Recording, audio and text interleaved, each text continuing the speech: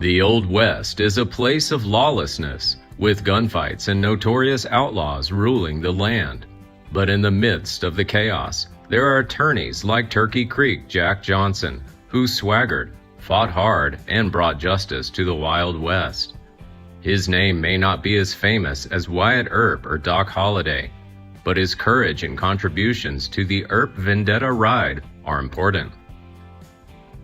In this video, we take a closer look at the life of Turkey Creek Jack Johnson, his exploits as a lawman in the Old West, and his role in the legendary Earp Vendetta ride.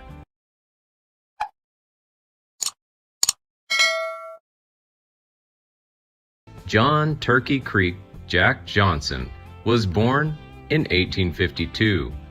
Johnson is known as an accountant and attorney from Missouri. Despite Wyatt Earp's belief that Johnson's real name was John Blunt, there is no concrete evidence to support this. Johnson is not actually a gunner in the traditional sense, but has been incorrectly portrayed as such in Stuart N. Lake's mostly fictional book.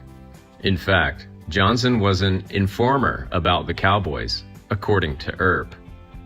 In 1881, at the age of 34, Johnson fled Missouri with his brothers after they became involved in a violent skirmish in the streets of the mining town of Webb City, Missouri. Johnson's brother, Bud Blunt, a famous drunkard, accidentally killed a man in Tip Top, Arizona, and was sent to Yuma prison. Johnson is known to have been involved in two gunfights. The first was on November 6, 1872, in Newton, Kansas town. Marshal Johnson killed M.J. Fitzpatrick, who, in a drunken argument, killed Judge George Halliday. This same man, named John Johnson, may have been in Tombstone according to the 1880 census. He may have rode with Wyatt Earp, suggesting Turkey Creek Jack Johnson and John Johnson, the field marshal, may have been one.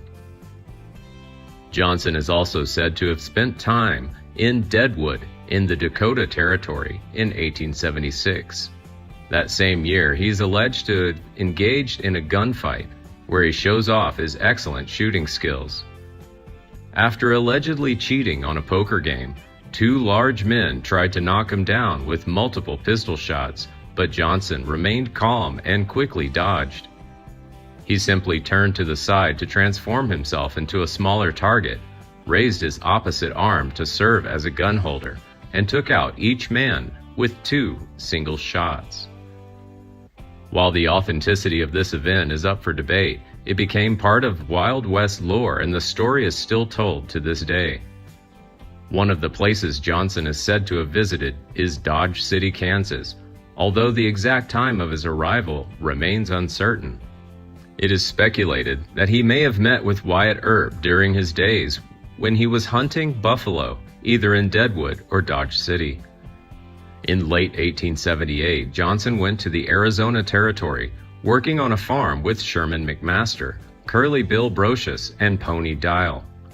Brocious and Dial are famous for their participation in the Lincoln County War, where they fought against Billy the Kid and his associates. Although there is no evidence that Johnson was involved in the conflict, it is interesting to consider the possibility that he may have known these two notorious outlaws before herding the cattle. John H. Flood's unpublished 1926 biography of Wyatt Earp is a treasure trove of information on Old Western legends, including his relationship with Johnson. According to Flood, Johnson and Earp were old friends when they arrived at Tombstone. This is supported by historical evidence, as Johnson was on board guarding Virgil when he last left Tombstone on the 20th of March, 1882. As a part of the Earp team protecting Virgil, Johnson was charged in absentia with Doc Holliday, Wyatt Earp, Warren Earp, and Sherman McMaster in the murder of Frank Stillwell in Tucson. Johnson and the others returned to Tombstone on a freight train that night, and the next day they joined Jack Vermillion in Texas, embarking on the Earp Vendetta ride of 1882. At dawn on March 22nd, the Earp group consisting of Wyatt, Warren, Doc Holliday, Sherman McMaster, and Turkey Creek Johnson headed east toward Pete Spence's ranch and logging camp. Their destination was below the South Pass of the Dragoon Mountains, near the Chihuahua Road. It is there that Theodore Judah, a witness to the events at the log camp, will provide them with important information. At around 11 a.m., the Earp group questioned Judah, who told them about the whereabouts of Spence and Florentino Indian Charlie Cruz. Spence is in prison at Tombstone and Cruz is cutting wood nearby. Following Judah's instructions, they quickly headed towards Cruz. Soon after, people heard several shots being fired. That night, Judah searched for Cruz, but it was not until the next morning that he found Cruz's body covered with bullet holes. Cruz was shot by Team Earp. During the fateful gunfight, he confessed to taking part in the murder of Morgan.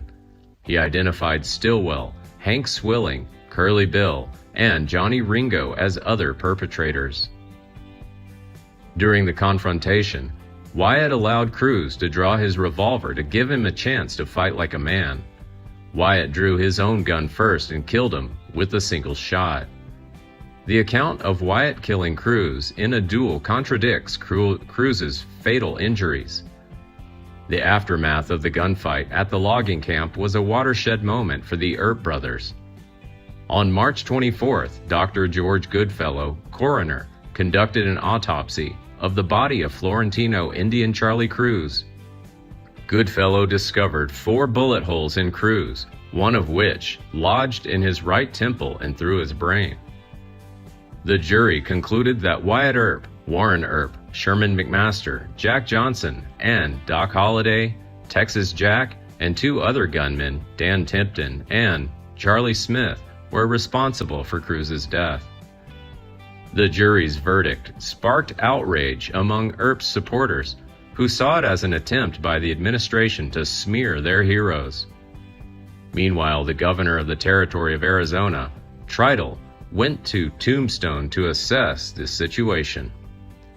On the same day, James Earp's wife, Betsy, and Wyatt's usual wife, Maddie, moved to Colton, California, where the rest of the Earp family had moved.